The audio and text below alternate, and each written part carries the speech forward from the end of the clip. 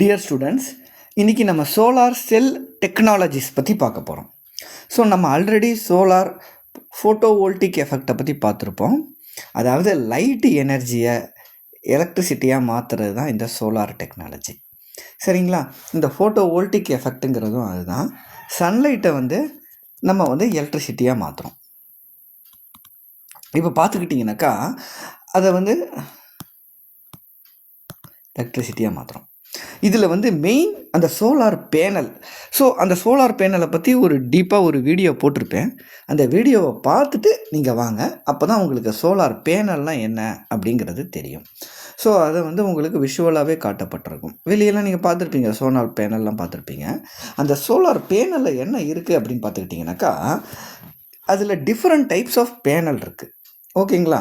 So அதில் என்ன அப்படின்னாக்கா ஃபஸ்ட்டு நம்ம பார்க்குறது கிறிஸ்டலின் சிலிக்கான் சோலார் செல்ஸ்.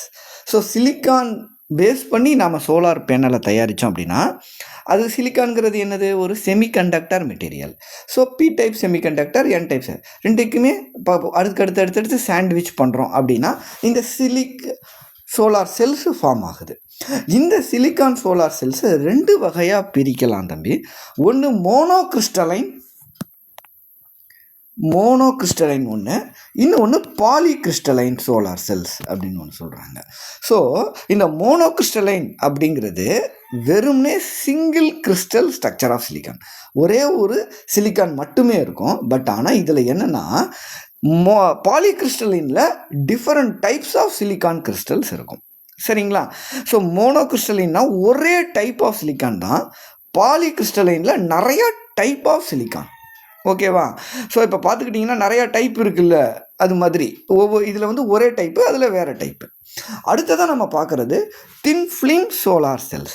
இந்த தின் ஃபிலிம் சோலார் செல்ஸில் என்ன அப்படின்னாக்கா ஆஸ் த நேம் இண்டிகேட்ஸ், இது ரொம்ப தின்னாக இருக்கும் தம்பி, ரொம்ப மெல்லிதாக இருக்கும், மெல்லிய ஃபிலிம் இருக்கும். இதில் எதெல்லாம் செய்யப்பட்டிருக்கு அப்படின்னா கேட்மியம் டெல்யூரைடு அப்படிங்கிற ஒரு வேதிப்பொருளால் செய்யப்பட்டிருக்கு. காப்பர் இண்டியம் கேலியம் அப்படிங்கிற ஒரு அல்லது இது மூலமாகவும் செய்யப்பட்டிருக்கு.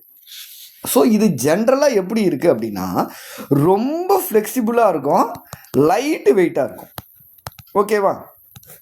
ஸோ அதனால் என்னென்னா உங்களுக்கு எஃபிஷியன்சி கம்மியாக இருக்கும். கம்பேர்டு வித் எஃபிஷியன்சிக்கு நான் சிம்பிள் யூஸ் பண்ணியிருக்கேன். கம்பேர்டு வித் இந்த சிலிக்கானை கம்பேர் பண்ணும்போது வெயிட்டு கம்மி, ஆனால் எஃபிஷியன்சியும் கம்மி, காசும் கம்மி. எஃபிஷியன்சி கம்மி, வெயிட்டு கம்மி, காசும் கம்மி. ஓகேவா? பட் ஆனால் இந்த கிறிஸ்டலின் சிலிக்கான் சோலார் செல்ஸில் வெயிட்டு கம்பேரிட்டிவ்லி அதிகம், காசும் அதிகம், எஃபிஷியன்சியும் அதிகம். சரிங்களா? அடுத்ததான் நம்ம பார்க்க போகிறது என்ன அப்படின்னு பார்த்துக்கிட்டிங்கனாக்கா ஆர்கானிக் ஃபோட்டோவோல்டிக் செல். ஆர்கானிக் ஃபோட்டோவோல்டிக் செல்லில் என்ன அப்படின்னு பார்த்துக்கிட்டிங்கனாக்கா உங்களுக்கு மெட்டீரியல் பயன்படுத்துகிற போடுறோம்ல, அந்த மெட்டீரியல் எல்லாமே ஆர்கானிக் மெட்டீரியல்ஸ். ஆர்கானிக் அப்படிங்கிறது எதை மீன் பண்ணுது அப்படின்னு கேட்டாக்கா அது ஈஸியாக அது தேவையில்லை. ஒரு சோலார் பேனல் ஒரு செட்டன் இயர்ஸ் யூஸ் பண்ணிவிட்டு தூக்கி போடுறோம் அப்படின்னா அது பாதிப்பு ஏற்படுத்தாது, சுற்றுச்சூழலுக்கு பாதிப்பு ஏற்படுத்தாது தான் நம்ம ஆர்கானிக் அப்படின்னு சொல்கிறோம். ஸோ நேச்சுரலாக கிடைக்கக்கூடிய விஷயங்களை வச்சு தயார் பண்ணோம் அப்படின்னா அது ஆர்கானிக். ஸோ அதனால் அது என்ன பண்ணுதுன்னா அந்த ஆர்கானிக் பாலிமர்ஸ் அதில் நம்ம யூஸ் பண்ணுறோம். அந்த ஆர்கானிக் பாலிமர்ஸ் என்ன பண்ணுது அப்படின்னு பார்த்துக்கிட்டிங்கனாக்கா லைட் எனர்ஜியை அப்சர்வ் பண்ணிக்கிட்டு எலக்ட்ரிசிட்டியை கொடுக்குது. ஓகேவா? ஃபோட்டோவோல்டிக் செல்லும் அதே தான் பண்ணுது, அந்த பழைய சிலிக்கானும் அதே தான் பண்ணுது, இதுவும் அதுதான் பண்ணுது. பட் அங்கே சிலிக்கான் இருக்குது, இங்கே ஆர்கானிக் பாலிமர்ஸ் இருக்குது. இந்த ஆர்கானிக் பாலிமர்ஸ் அது செய்யுது. இது அதை விட வெயிட்டு கம்மி. சரிங்களா?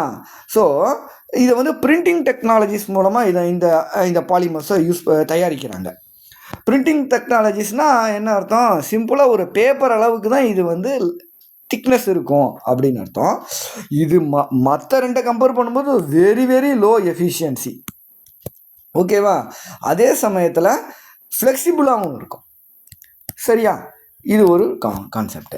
அடுத்தது பார்த்துக்கிட்டிங்கனாக்கா ஹைப்ரிட் ஆர்கானிக் அண்ட் இன்ஆர்கானிக் மெட்டீரியலை யூஸ் பண்ணி பெரோஸ்கைட் அப்படின்னு சொல்கிறாங்க.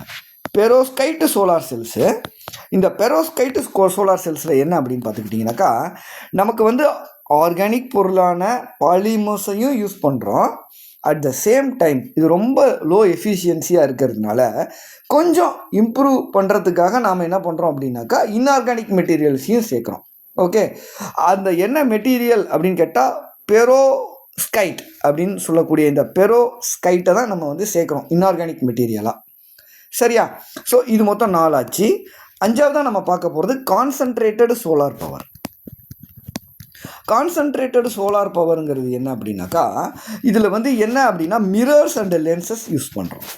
அதாவது கண்ணாடிகள், அப்புறம் வந்து இந்த லென்சஸ், கண்ணாடியையும் லென்ஸையும் யூஸ் பண்ணி படர்ந்து விழக்கூடிய சூரிய வெளிச்சத்தை ஒரு இடத்துல சுருக்குறோம். ஓகேவா? கன்வர்ஜ் பண்ணுறோம், கான்சன்ட்ரேட் பண்ணுறோம் ஒரு சின்ன ஏரியாவில். ஓகேவா? சூரிய வெளிச்சம் கிட்டத்தட்ட ஒரு 5x5 சதுர அடியில் விழுதுன்னு வச்சுக்கோங்க. அந்த 5x5 விடுறதுக்கு பதிலாக அந்த அத்தனை சூரிய வெளிச்சத்தையும் கன்வர்ஜ் பண்ணி ஒரு இடத்துல குவிச்சு அந்த இடத்துல அதிகபட்ச லைட் எனர்ஜியை கொண்டு வந்து அதுலேருந்து நம்ம மின்சாரத்தை தயாரிக்கிறது தான் இந்த கான்சன்ட்ரேட்டட் சோலார் பவர் அப்படின்னு சொல்கிறோம். சரிங்களா? அதுக்காக அதை பல இடங்களில் விடுறத ஒரு இடத்துல குவிக்கிறதுக்காக கொண்டு வரப்பட்டது தான் இந்த மிரர்ஸ். ஓகேவா? இப்போ ஒரு எக்ஸாம்பிள், பேரபோலிக் மிரர் இப்படி இருக்குன்னு வச்சுக்கோமே. இப்போ இந்த இடத்துல எல்லா இடத்துலையும் சன்லைட் விழுந்துக்கிட்டே இருக்குது. அப்போ என்ன ஆகும்னா எல்லா சன்லைட்டும் வந்து ஒரு இடத்துல வந்து நமக்கு அந்த ஹீட் எனர்ஜியையும் லைட் எனர்ஜியையும் ரிஃப்ளெக்ட் பண்ணி கொண்டு வர்ற மாதிரி இந்த இடத்துல கன்வர்ஜ் ஆகிடும்.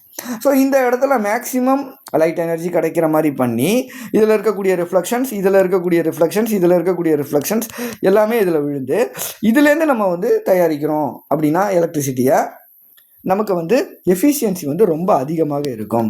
இதில் வந்து எஃபிஷியன்சி இஸ் வெரி ஹை. ஓகேங்களா? ஓகே, இதுதான் டிஃப்ரெண்ட் டைப்ஸ் ஆஃப் மெட்டீரியல்ஸ் நம்ம ஃபோட்டோ வோல்டிக் செல்லில் யூஸ் பண்ணுறது.